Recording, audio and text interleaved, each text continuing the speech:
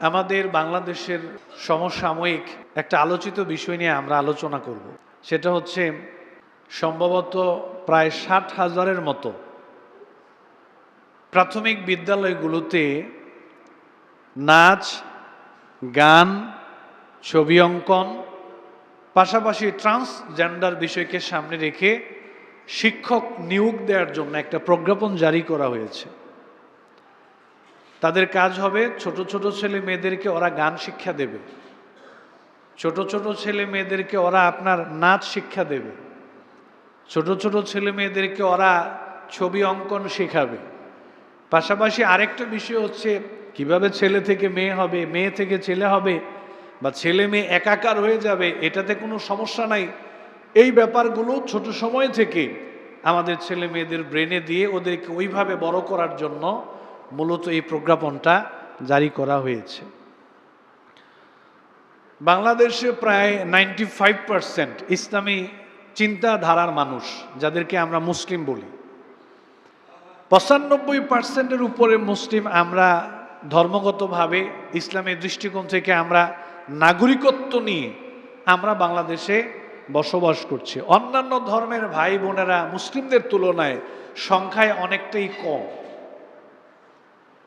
এখন বাংলাদেশের রাষ্ট্র পরিচালনা করার ক্ষেত্রে যতগুলো সেক্টর রয়েছে, আমরা বুঝ হওয়ার পর থেকে দেখে আসতেছি মিডিয়া, পত্রপত্রিকা বা বিগত ২০-২৫ বছর সময় ধরে এই বাংলাদেশে সবচাইতে বেশি আক্রমণ, ষড়যন্ত্র যে সেক্টরটা নিয়ে করা হয়েছে, এটা হচ্ছে বাংলাদেশের শিক্ষা ব্যবস্থা।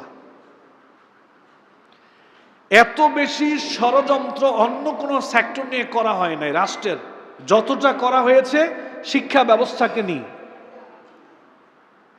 ৫ তারিখের পরে, জুলাই বিপ্লবের পরে আমরা মনে করেছিলাম যে বাংলাদেশ একটা সুস্থ ধারায় ফিরে আসবে। এই বাংলাদেশে ইসলামী চিন্তাধারার মানুষরা সামনে চলে আসবে, বাংলাদেশকে ইসলামী চিন্তা চেতনাকে সামনে রেখে বাংলাদেশটা গড়ে উঠবে এবং সেভাবে বাংলাদেশকে পরিচালনা করা হবে।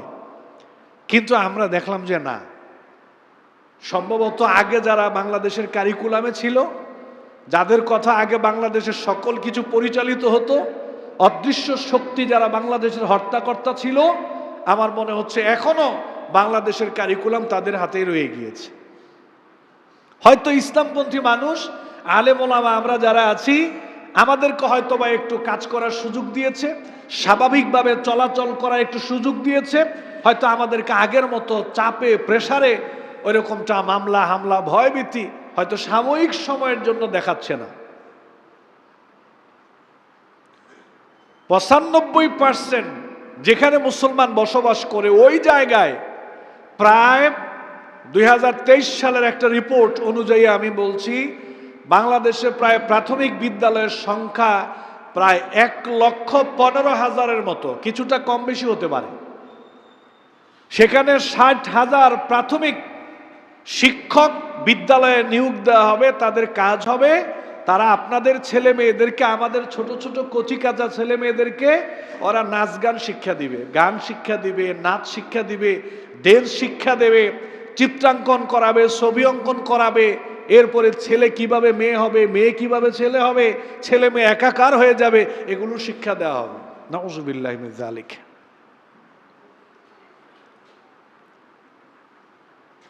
একটা কথা মনে রাখবেন, ইতিপূর্বে কোনো এক জুমায় আমি আপনাদেরকে বলেছিলাম,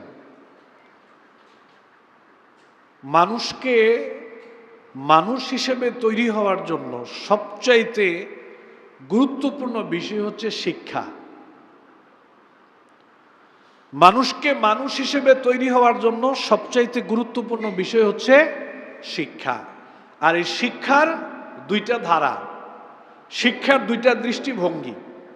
একটা ধারা হচ্ছে নীতি নৈতিকতার শিক্ষা, আল্লাহ সংক্রান্ত শিক্ষা, তাওহীদ সংক্রান্ত শিক্ষা, ঈমান সংক্রান্ত শিক্ষা, রিসালাত সংক্রান্ত শিক্ষা, হালাল হারাম সংক্রান্ত শিক্ষা, আখিরাত সংক্রান্ত শিক্ষা। এটা হচ্ছে একটা ধারা। এটা জড়িত হচ্ছে ইমানদারদের সাথে, কোরআন সুন্নাহর সাথে।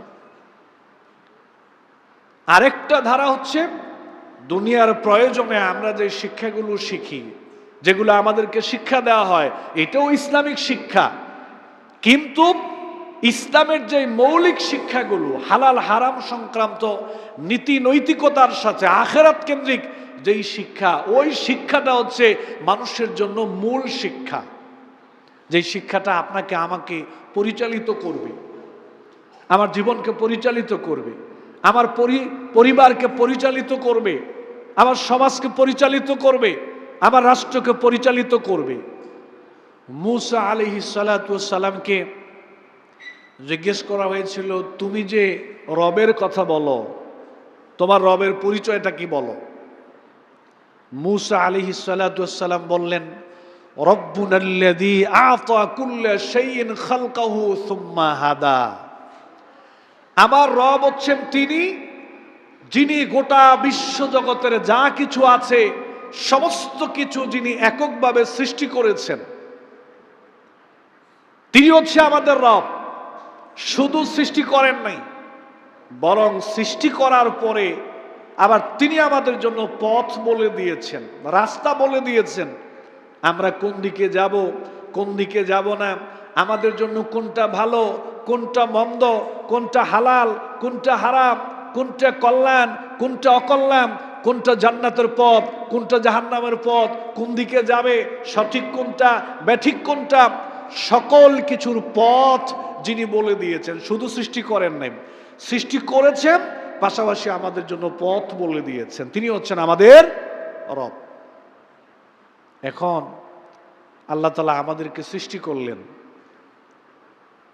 আমরা যারা মুসলিম, হিন্দু, বৌদ্ধ, খ্রিস্টান, পৃথিবীতে যত ধর্মের মানুষ রয়েছে, সকল ধর্মের মানুষের স্রষ্টা কে? বলেন, স্রষ্টা কে? আল্লাহ, আল্লাহ সুবহানাহু ওয়া তাআলা। এখন আল্লাহ তাআলা আমাদেরকে সৃষ্টি করেছেন। এখন আমাদের জন্য যেটা কল্যাণকর, এটা জানেন কে?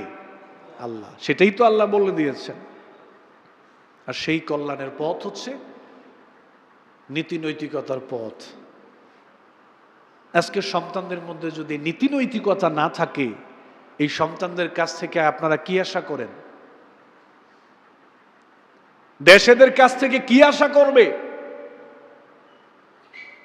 একটা সন্তান ছোট্ট বয়স, তাকে যদি আপনি গান শিক্ষা দেন, নাচ শিক্ষা দেন, তাহলে তো এই সন্তানটা নাচ গানে যদি মত্ত হয়ে যায়, তাহলে তো তার জীবন এখান থেকেই শেষ, বিপথে চলে গেল। এই সন্তানটার ভালো হওয়ার তো আর কোনো সম্ভাবনা থাকলো না।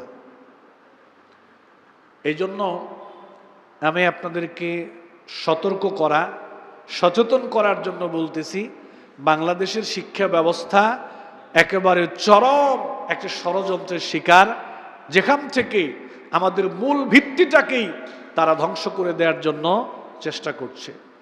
অমুসলিমদের যত চিন্তা চেতনা আছে, এগুলা ঢুকিয়ে দেওয়া হচ্ছে।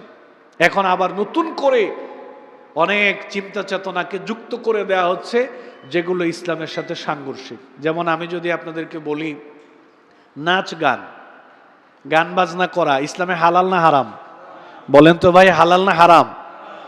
এবার আমি আপনাদেরকে জিজ্ঞেস করি, 95% মুসলিম রাষ্ট্রে, বাংলাদেশে যদি 1,15,000 প্রাথমিক বিদ্যালয় থাকে, আমি আপনাদেরকে জিজ্ঞাসা করতে চাই, প্রাথমিক বিদ্যালয়গুলোতে প্রতি ক্লাসে যদি 50 জন করেও থাকে, তাহলে এভারেজে ওই ক্লাসে মুসলিমদের সংখ্যা বেশি নাকি অমুসলিমদের ছাত্রছাত্রীর সংখ্যা বেশি হবে বলে মনে হয়?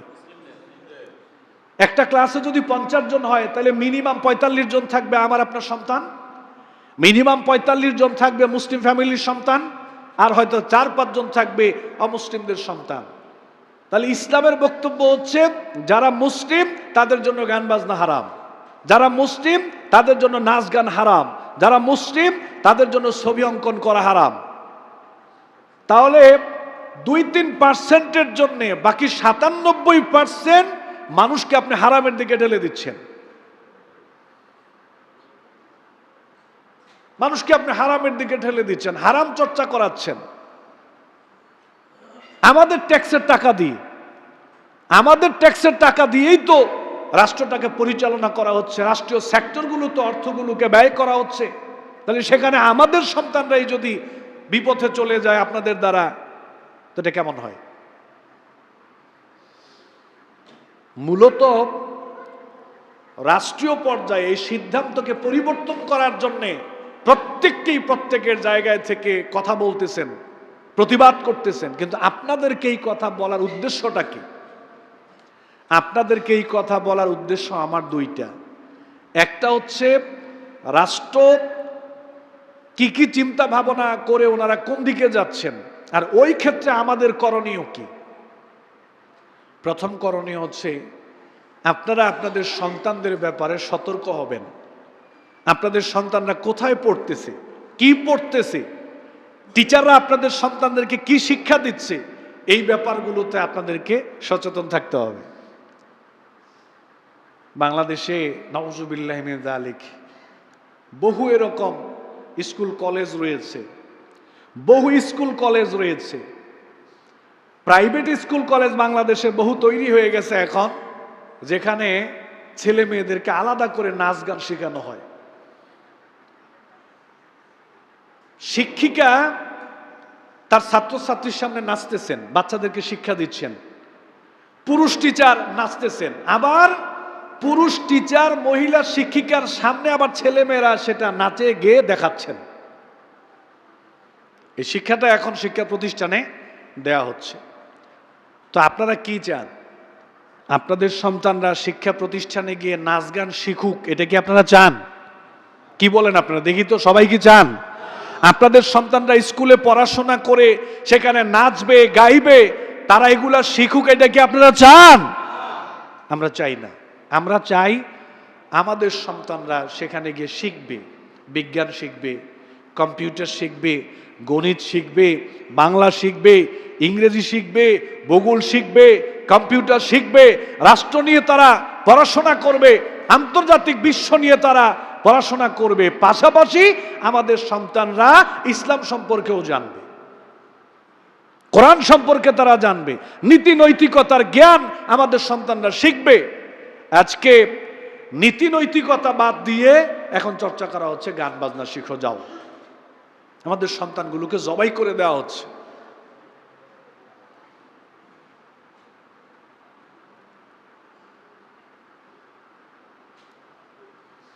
একজন মানুষ ডাক্তার হচ্ছে, ইঞ্জিনিয়ার হচ্ছে, খেলোয়াড় হচ্ছে, রাজনীতিবিদ হচ্ছে, শিল্পপতি হচ্ছে, ব্যবসায়ী হচ্ছে, দেশকে পরিচালনা করার জন্য বা দেশের গুরুত্বপূর্ণ অনেক বড় বড় ব্যক্তিত্বে আমাদের সন্তানরা ওই জায়গায় যাচ্ছে, সেগুলো অর্জন করছে।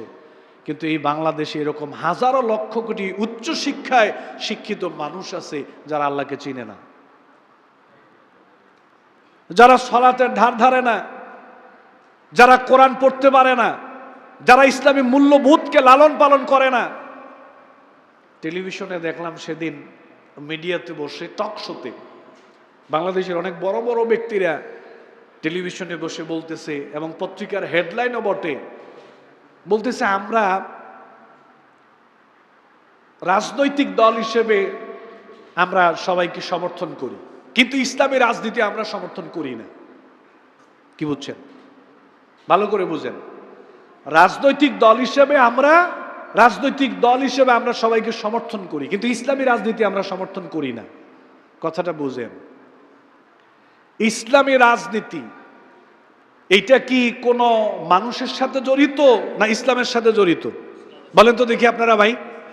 ইসলামী রাজনীতি, ইসলামী হুকুমত, এটা কি মানুষের সাথে জড়িত না ইসলামের সাথে জড়িত? একজন মুসলিম সে বলতেছে আমি রাজনৈতিক দলগুলোকে সমর্থন করি, কিন্তু ইসলামী রাজনীতি সমর্থন করি না। আমি যে কেন আপনাদেরকে বেশি বেশি করে এই বিষয়গুলোতে মসজিদে আলোচনা করার কারণ আছে। ইসলামী রাজনীতি মানে হচ্ছে আপনি ইসলামকে সামনে রেখে রাজনীতি করতে পারবেন না। যারা ইসলামকে সামনে রেখে রাজনীতি করে ওনাদের দৃষ্টিভঙ্গিটা কি? ওনাদের দৃষ্টিভঙ্গিটা হচ্ছে একটা রাষ্ট্র ইসলামকে সামনে রেখে যেরকম ব্যক্তি চলে, পরিবার চলে, সমাজ চলে, ইসলামকে সামনে রেখে রাষ্ট্রটা সেরকম চলবে। ইসলামের আলোকে রাষ্ট্রটা চলবে। অর্থ ব্যবস্থা ইসলামের আলোকে গড়ে উঠবে, বিচার ব্যবস্থা ইসলামের আলোকে গড়ে উঠবে, আমার শিক্ষা ব্যবস্থা ইসলামের আলোকে গড়ে উঠবে, আমার রাষ্ট্রীয় ব্যবস্থা ইসলামের আলোকে গড়ে উঠবে। সব আমানতদারিতা, যোগ্যতা, ইনসাফ ভিত্তিক একটা সুন্দর রাষ্ট্র গড়ে উঠবে। এটা তো ইসলামের কথা, এটা তো কোনো ব্যক্তির কথা না। কিন্তু আজকে উচ্চশিক্ষায় শিক্ষিত মানুষ, ওনারাও চর্চা করছে, ওনারাও আমাদের প্রজন্মকে শিক্ষা দিচ্ছে রাজনীতিতে ইসলাম আনা যাবে না, রাষ্ট্রে ইসলাম আনা যাবে না।